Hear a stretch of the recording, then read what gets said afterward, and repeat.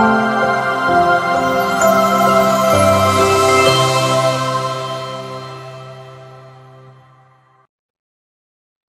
இயேசு கிறிஸ்துவுக்கு அருமையானவர்களே, இறைவார்த்தை பகிர்ந்த நிகழ்வுக்கு உங்கள் அனைவரையும் அன்போடு வருகிறது. பிரியமானவர்களே, இன்றைய இறைவார்த்தை பகிர்வு நிகழ்வுல திருக்குடும்ப திருவிழாவை சிந்திக்க நாம் அழைக்கப்பட்டிருக்கிறோம். இந்த ஞாயிற்றுக்கிழமையிலே ஒரு குடும்பம் எப்படி இருக்க வேண்டும், ஒரு கணவனும் ஒரு மனைவியும் அவர்களுக்கு பிறக்க போகின்ற பிள்ளைகளும் எப்படி இருக்க வேண்டும் என்பதற்கு திருக்குடும்பத்தை உதாரணமாக திருச்சபை கொடுத்திருக்கிறது. பொதுவாக ஒரு மனிதருக்கு திரு என்கின்ற அடைமொழியை கொடுப்பதன் மூலமாக அவர் மரியாதைக்குரியவராக மாறுகிறார். திருமதி என்று கொடுப்பதனால் ஒரு பெண் மரியாதைக்குரியவராக மாறுகிறார். அவருக்கு ஏற்கனவே திருமணம் ஆகி இருக்கிறது என்பதை நாம் கண்டுகொள்ளலாம். செல்வன், செல்வி, இந்த அடைமொழிகள் எல்லாம் அவரவருக்கு ஏற்றார் போல கொடுக்கப்படும். ஆனால் இவையெல்லாம் மனிதர்களுக்கு கொடுக்கப்படுவது. ஆனால் இங்கே முதன்முறை ஒரு குடும்பத்திற்கு கொடுக்கப்படுகிறது திரு குடும்பம் என்று. இது ஏன் என்பதை நாம் சிந்திக்க கடமைப்பட்டிருக்கிறோம். பிரியமானவர்களே, பழைய ஏற்பாட்டிலே ஆதாமையும் ஏவாளையும் படைத்த கடவுள் அனைத்தையும் நல்லதுல கண்டார். நல்லது குடும்பத்தை ஏற்படுத்தி கொடுத்தார். ஆணுக்கு தக்க துணையாக பெண்ணை ஏற்படுத்தி கொடுத்தார்.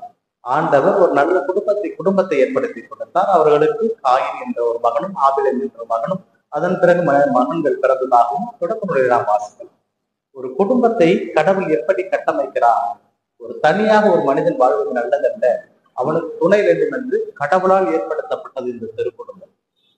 இந்த திருக்குடும்பம் கடவுள் மனிதன் தனிமையில் இருப்பது நல்லதல்ல என்பதை உணர்ந்து கொண்டு தெரிந்து கொண்டு தன் கண்ணால் பார்த்து அவன் தனிமையிலே விலங்குகளோடு நடமாடி கொண்டிருப்பதை பார்த்துதான் ஏவாளை அவர் கொடுத்தார். ஆக கணவனும் மனைவியும் இணைந்து இருப்பதுதான் திருமணம். அதாவது ஒரு ஆணும் ஒரு பெண்ணும் இணைந்திருப்பதுதான் திருமணம், திருக்குடும்பம், குடும்பம். ஆனால் இன்றைய காலகட்டத்துக்கு அவையெல்லாம் வேறு ஒரு பாதையை நோக்கி சென்று கொண்டிருக்கிறது.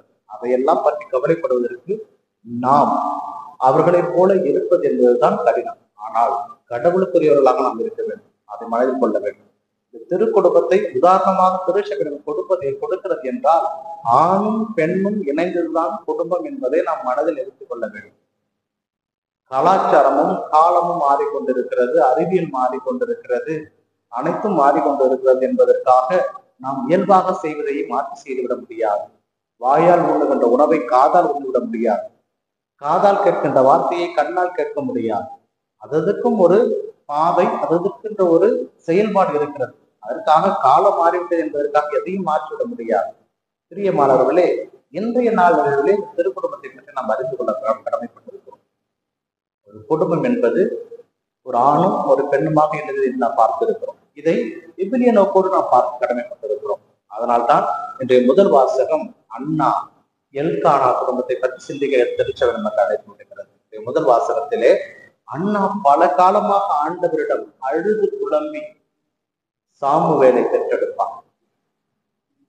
கலில் ஜிப்லான் என்கின்ற ஒரு கவிஞர் அழகா சொல்லுவார், குழந்தைகளை நீங்கள் பெற்றெடுக்கிறீர்கள், உங்களிடமிருந்து அந்த குழந்தை வந்தாலும் அந்த குழந்தை உங்களுக்கு சொந்தம் அல்ல. உங்களுடைய எண்ணங்களை அந்த குழந்தை சுமந்து கொண்டு பிறப்பது கிடையாது. அதற்கென்று ஒரு எண்ணம் இருக்கும், அதற்கென்று ஒரு எதிர்காலம் இருக்கும்.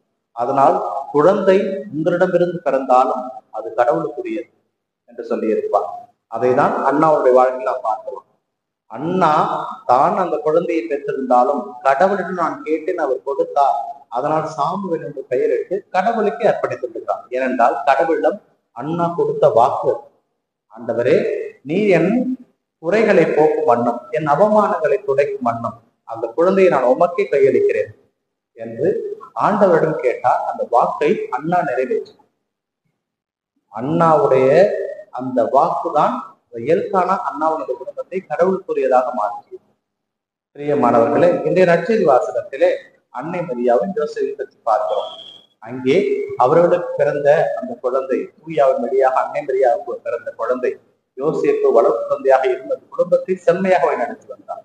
இருந்தாலும் இறை திட்டம் நிறைவேற இயேசு கிறிஸ்துவுக்கு 12 வயதான பொழுது அவர் எருசலேம் தேவாலயத்தில் கொண்டு செல்லப்பட வேண்டும் என்பது யூத சட்டம், மோசே வகுத்து தந்த சட்ட திட்டம். அதனால் இயேசுவுக்கு 12 வயது பூர்த்தியானதும் அவரை எருசலேம் ஆலயத்தை கொண்டு செல்கிறார்கள். யூத சட்டத்தின்படி 12 வயதானாலும் இறை திட்டம் அங்கே செயல்படுகிறது. ஏனென்றால் 12 வயதிற்கு மேல் ஒரு யூத குழந்தையானது இந்த சட்ட திட்டங்களை தெரிந்து கொள்ளலாம். ஆக இயேசு கோவிலிலே காணாமல் போகிறார். மீண்டும் கண்டுபிடித்த பிறகு என் தந்தையின் அலுவல்களில் நான் ஈடுபட்டிருக்க வேண்டும் என்று உங்களுக்கு தெரியாதா? இந்த கேள்வியை கேட்கின்ற பொழுது தாயும் கோபப்படவில்லை, தந்தையும் கோபப்படவில்லை. அன்னை மரியா, நானும் தந்தையும் உன்னை எவ்வளவு நாள் தேடிக்கொண்டிருந்தோம் அல்லவா என்று மிகவும் அமைதியாக கேட்கிறார். இரு குடும்பம் இதுதான். கணவன் மனைவிக்கு விட்டுக் கொடுப்பது, மனைவி கணவனுக்கு விட்டுக் கொடுப்பது, கணவனும் மனைவி இணைந்து பிள்ளைக்கு விட்டுக் கொடுப்பது. பிள்ளை தவறு செய்கின்ற பொழுது அதை அடித்து திருத்துவது அல்ல. இந்த திருக்குடும்பம் நமக்கு சொல்லிக் கொடுக்கின்ற பாடம். எவ்வளவு அழகாக அன்னை மரியாவும் இயேசுவிடம் பேசியிருப்பார்கள். நானும் உன் தந்தையும் எவ்வளவு காலமாக உன்னை தேடிக்கொண்டிருந்தோம் என்று. இதே நம்முடைய குடும்பங்கள் எடுத்துக்கொள்ளலாம். வேளாங்கண்ணி கோயிலுக்கு செல்கிறோம். உங்கள் குழந்தை தவறிவிடுகிறது. தவறிய குழந்தையை யாரும் கண்டுபிடித்துக் கொண்டு உங்களை ஒப்படைக்கிறார்கள். அந்த குழந்தையை பாதையினை கொஞ்சுவீர்களா? அடித்து துவைத்து நாசம் செய்துவிடுவது. இது அல்ல திருக்குடும்பம். திருக்குடும்பம் என்பது எல்லாவற்றையும் ஏற்றுக்கொள்வது, சகித்துக் கொள்வது. ஏனென்றால் இந்த உலகத்திலே தந்தை கடவுளை தவிர உத்தமமானவர்கள், தவறே செய்யாதவர்கள் எவரும் கிடையாது. திருப்பாடலை நாம் வாசிக்கலாம். இறைவாக்கினர்கள் கூட ஒரு நாளைக்கு 7 முறை பாவம் செய்கிறார்கள். அதனால இந்த உலகையில யாரும் நாம் பெர்ஃபெக்ட், மிஸ்டர் பெர்ஃபெக்ட் என்று சொல்லிவிட முடியாது. திருக்குடும்பம் நமக்கு சொல்லுகின்ற பாடம் அதுதான். அன்னை மரியாவும் யோசேப்பும் இயேசு 3 பேரும் மரியாதைக்குரியவர், கடவுளின் நிலையில் இருந்தவர். ஏனென்றால் கடவுள் சொன்ன உடனே அன்னை மரியாவை ஏற்றுக்கொண்டார். நீதிமானாகி யோசேப்பு ஆண்டவர் சொன்ன உடனே இயேசுவை தன் வயிற்றில் தாங்கிக் கொள்ள சம்மதித்தார் அன்னை மரியா. கடவுளாக இருந்து மனிதனாக பூமியை அடைவதற்க தனது கடவுள் தன்மையை விட்டு இறங்கி வந்தவர் இயேசு கிறிஸ்து. இப்படி இவர்களுடைய பின்னணி நாம் பார்க்கின்ற போது இந்த திருக்குடும்பத்திற்கான ஒரு விளக்கத்தை நம்மால் அறிந்து கொள்ள முடியும். பிரியமானவர்களே, இந்த திருக்குடும்பம் சொல்லுகின்ற செய்தி விட்டுக் கொடுக்க வேண்டும். முதல் வாசகத்திலே அண்ணாவும் எல்கனாவும் தங்களுக்கு பிறந்த குழந்தையை ஆண்டவருக்கு விட்டுக் கொடுக்கிறார்கள். ஆண்டவரிடமிருந்து பெற்றுக்கொண்டு ஆண்டவரிடமே விட்டுக் கொடுத்திருக்கிறார்கள். இப்படி விட்டுக் கொடுப்பவர்களுக்கு என்ன ஆகும்? அதைதான் செய்தி வாசகத்தில் பார்க்கிறோம். கடவுளுடைய அன்பிற்குரியவர்கள் எப்படி இருப்பார்கள்? கடவுளுடைய அன்புக்குரிய குடும்பம் எப்படி இருக்கும்? அவர்கள் கடவுளுடைய மக்களாக இருப்பார்கள். கடவுளை ஏற்றுக்கொண்டு கடவுளை அன்பு செய்கின்ற குடும்பம் கடவுளுக்கு ஏற்றவர்களாக இருப்பார்கள். இரண்டாவது, அவர்கள் கேட்பதையெல்லாம் கடவுள் கொடுப்பார். மூன்றாவது, கடவுள் அவர்களோடவே வழி நடப்பார். இவையெல்லாம் நல்லது குடும்பத்திற்கு கடவுள் கொடுக்கின்ற அங்கீகாரங்கள், கடவுள் கொடுக்கின்ற ஆசீர்வாதம். இந்த 2வது வாசகத்தில் நாம் பார்க்கலாம். இவையெல்லாம் திருக்குடும்பத்திற்கு கொடுக்கப்படுகிறது. திருக்குடும்பம் என்றால் விட்டு கொடுப்பது. அன்னை மரியா, யோசேப்பு, இயேசுவனுடைய குடும்பம் போல நம் குடும்பம் மாற வேண்டும் என்றால் விட்டு கொடுக்க வேண்டும். ஒருவர் மற்றவர்களுக்கு விட்டுக் கொடுக்க வேண்டும். ஏனென்றால் இன்றைய காலகட்டத்திலே விட்டுக் கொடுப்பது என்பது எட்டாக்கணியாக தான் சென்று கொண்டிருக்கிறது. கணவனை விட்டுக் கொடுப்பது என்று மனைவி எதிர்பார்ப்பதும், மனைவி விட்டுக் கொடுப்பார் என்று கணவன் எதிர்பார்ப்பதும் காலத்திற்கும் தள்ளி போய் அது விவகாரத்தளவில் போய் முடிகின்ற அளவுக்கு இன்றைய மோசமான ஒரு நிலையிலே நாம் வாழ்ந்து கொண்டிருக்கிறோம். அப்படிப்பட்ட ஒரு கால சூழ்நிலையிலே இன்றைய வாசகங்கள் நம்மை அனைத்தையும் திரும்பி பார்க்க ஒரு முறை அழைத்திருக்கிறது. நம் வாழ்க்கையை திரும்பி பார்க்க. ஏனென்றால் இந்த வாழ்க்கையை நாம் அனைவரும் ஏற்றுக்கொள்ள கடமைப்பட்டிருக்கிறோம். பிள்ளைகளை இருப்பது போலவே ஏற்றுக்கொள்ளும்.